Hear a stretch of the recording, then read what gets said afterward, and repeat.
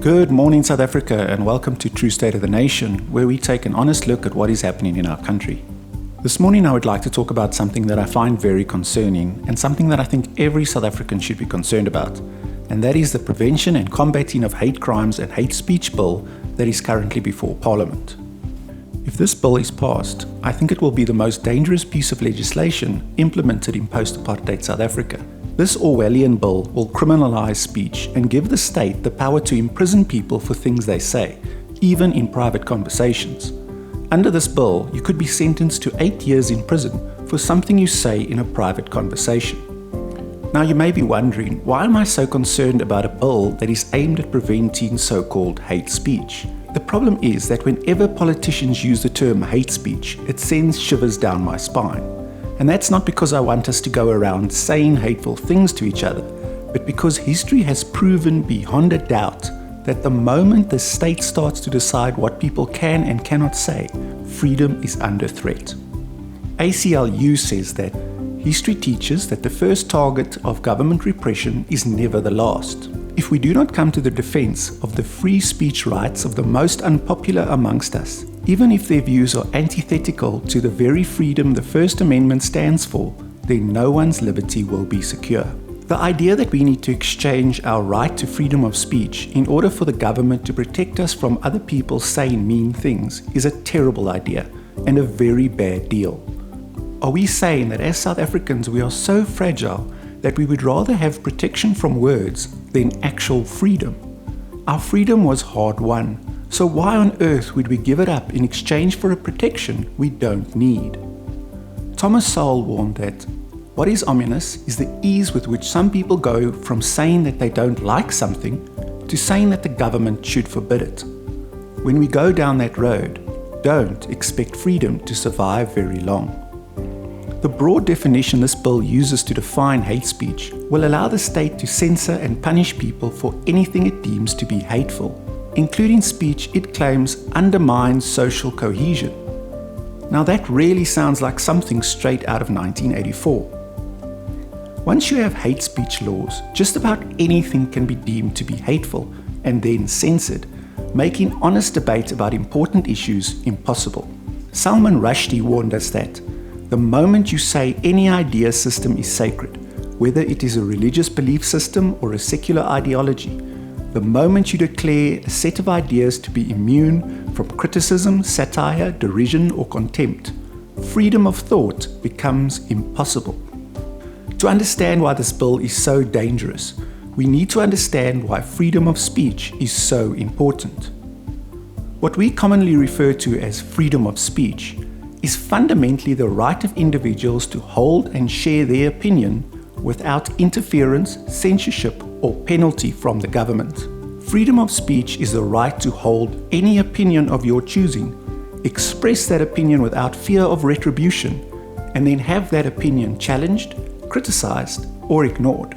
Benjamin Franklin said, "Freedom of speech is a principal pillar of a free government. When this support is taken away, the constitution of a free society is dissolved, and tyranny is erected on its ruins."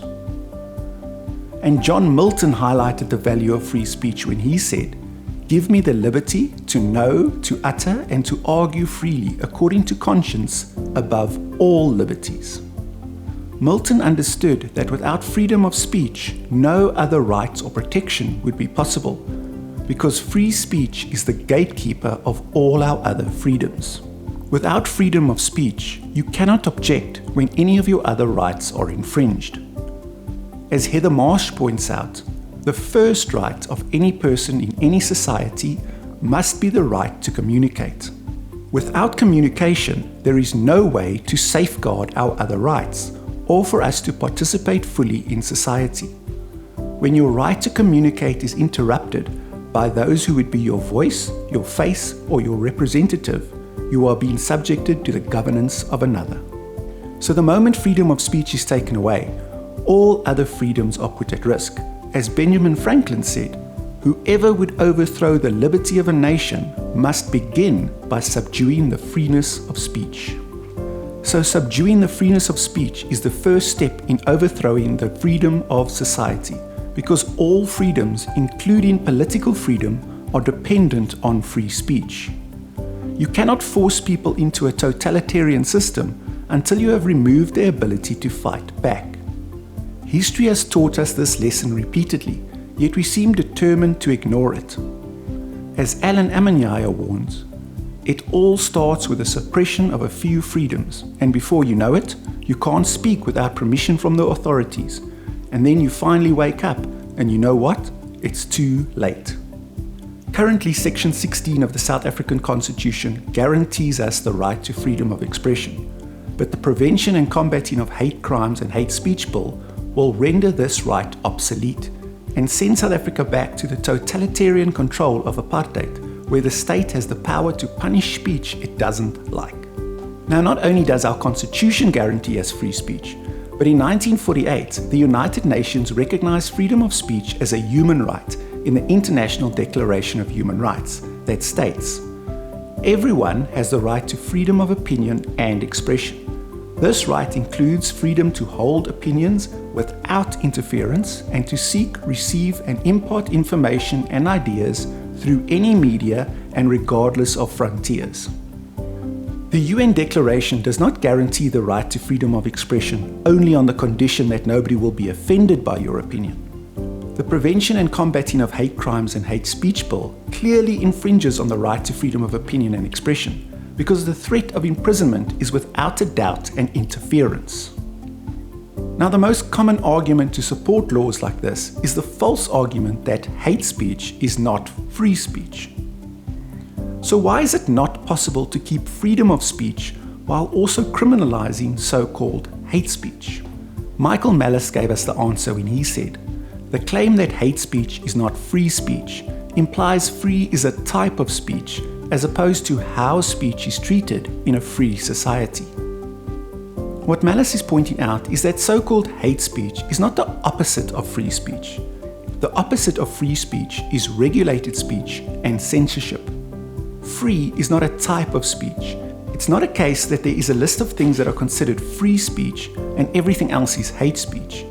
Free applies to how speech is treated. In other words, you are legally free to speak, even if someone thinks what you say is hateful. So freedom of speech and hate speech are not opposites of each other. They are completely different things. Freedom of speech is a right, not a particular thing someone says or a list of allowable things. The opposite of freedom of speech is not hate speech. It's regulated speech or censorship. So as soon as you have a list of things that you are free to say, you no longer have free speech. You have regulated speech. When it comes to speech being legally free, freedom is a binary right. You either have it or you don't. There's no such thing as partly free, just like there's no such thing as partly captive. In other words, you are either free to speak or you are not. It's like being pregnant. You're either pregnant or you're not. You can't be partly pregnant. James Thomas Kenderson Jr. explains this when he said, "My definition of freedom of speech is as follows: the right to speak freely, anywhere, at any time, about any subject without the fear of harm, reprimand, punishment, or other. Until this is true, we have no freedom of speech." When we look at the ANC's political role models like China and Russia, we can see exactly what happens when freedom of speech is taken away. In Russia, Putin routinely imprisons any political rival or critic, and political freedom in China is non-existent because speaking against the Communist Party is a crime.